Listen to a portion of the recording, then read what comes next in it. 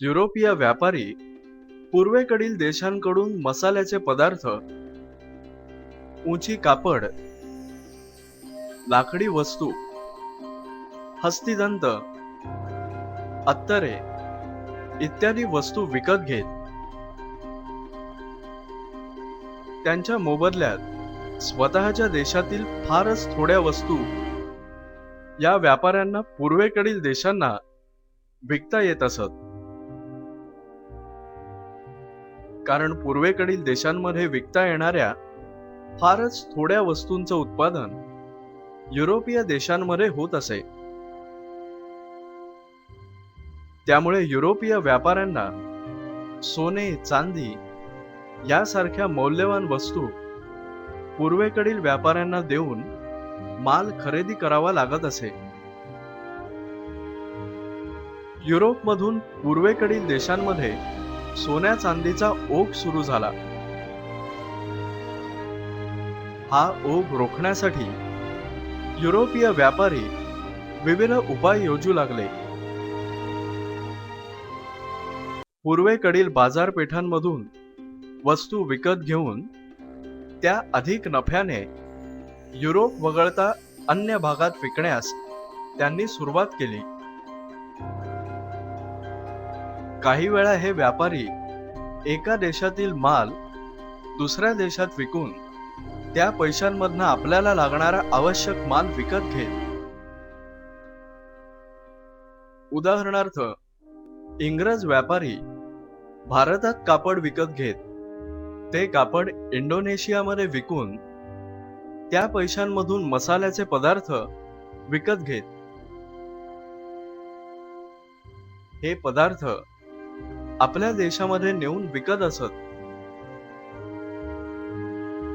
या व्यवहारात त्यांना अमाप नफा मिळत असे.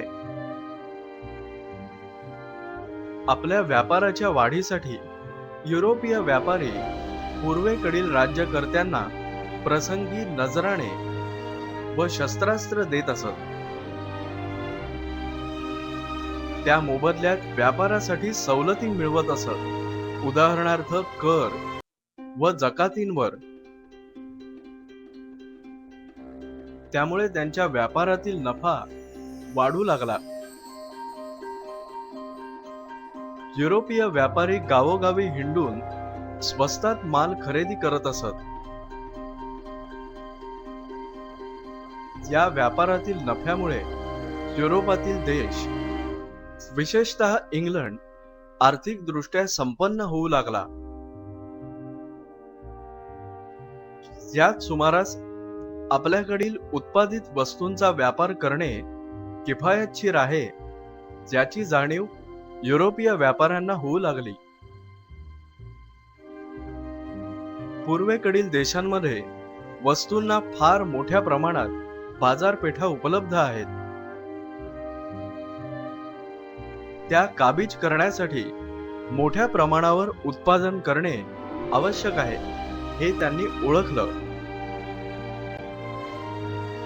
त्यासाठी व्यापारातून मिळालेला नफा त्यांनी उत्पादन क्षमता वाढवण्यासाठी वापरला. तंत्रज्ञ विकसित करण्यापेक्षा शास्त्रज्ञ व तंत्रज्ञानाला प्रोत्साहन दिलं, आर्थिक मदत केली. सुती, रेशीम व लोकरी कापड, वस्तू, काच, घड्याळ यांसारख्या वस्तू मोठ्या प्रमाणात तयार करण्यासाठी नवीन उत्पादन पद्धती सुरू केली. त्यांच्या प्रयत्नांमधून यंत्रयुगाची व औद्योगिक क्रांतीची सुरुवात झाली.